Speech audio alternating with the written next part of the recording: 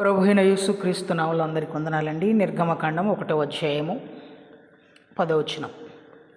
వారు విస్తరింపకుండానట్లు మనము వారి ఎడల యుక్తిగా జరిగించుదము. రండి, లేని ఎడల యుద్ధము కలుగునప్పుడు మనము శత్రువులతో చేరి మనకు విరోధముగా యుద్ధము చేసి ఈ దేశములో నుండి వెళ్ళిపోదురేమో అనెను.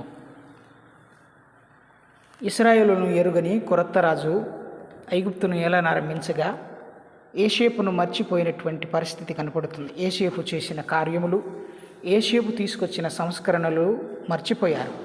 అందుకే ప్రసంగి 9:5లో జ్ఞానము శ్రేష్టమే కానీ బీదవాని జ్ఞానము తృణీకరించబడును, మరువబడును అని చెప్తుంది. నిర్గమాకాండం 1వ అధ్యాయం 10వ వచనములో అపవాది యుక్తిగా ప్రవర్తిస్తున్నాడు.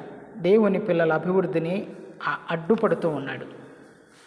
అపోస్తల కార్యము 8:1లో సంఘమునకు గొప్ప హింస కలిగెను స్టెఫెను చంపుట వలన. అయినా 9:31లో సంఘము క్షమాభివృద్ధి నందుచు విస్తరించుచుండెను.